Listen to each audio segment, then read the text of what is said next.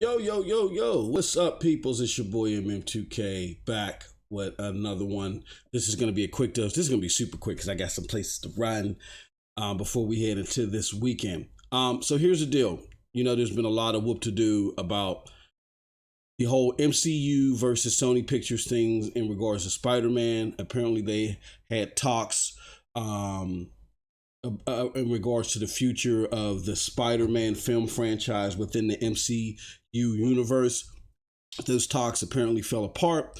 So there's a lot of questions on what's going to happen in regards to the future films. And then as it relates to gaming, the future franchise that has been rebooted by Sony and Insomniac. In light of that, you've had a lot of people within the community, crumb side or gaming streets or whatever you want to call it, that seem to be relishing on the probability that Spider-Man will no longer be exclusive to the PlayStation system. It will not be done by Insomniac because the licensing rights for the game or for Spider-Man within the game world is not owned by Sony. And that part of it is true. But here's an interesting thing that I got a hold of that I really wanted to share with people. There's this article by IGN, right? This article by IGN talks about what does the Spider-Man franchise in regards to the MCU mean for the Spider-Man games. And Ryan McCaffrey talks about this a lot. Let me see here. I'm gonna switch screens real quick so you guys can see this. All right. So this is the article. I put the link to this article in the description section below.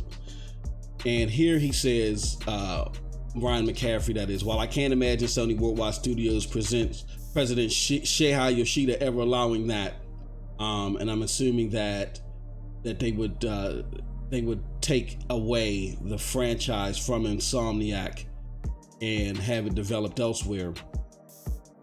While he's in charge.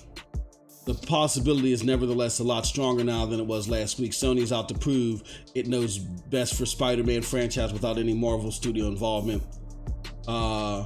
And it makes corporate sense to use every tool in its arsenal to sell that vision. Remember too, though, that Sony doesn't have full control over Spider-Man in video game form. See Spidey and Marvel Ultimate Alliance 3. If Sony did somehow screw up its PlayStation effort badly, Marvel could simply shop him elsewhere, which would already be a bad scenario for gamers because we had gotten more bad Spider-Man games, but it also put us right back at square one pre-Insomniac.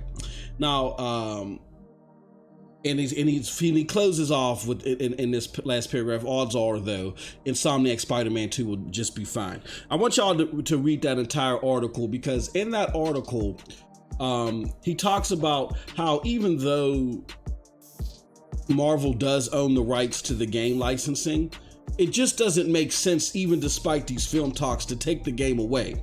Marvel wants money. Spider-Man has done fantastic being an exclusive and being the way that it is. Them taking away Spider-Man from Sony and Insomniac is going to attack the money narrative that is so prominent in the breakdown of talks over the films. You see what I'm saying? They have a guaranteed success here with Sony.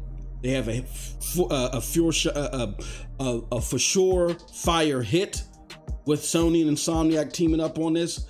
The likelihood of them taking that away from them again is very minute.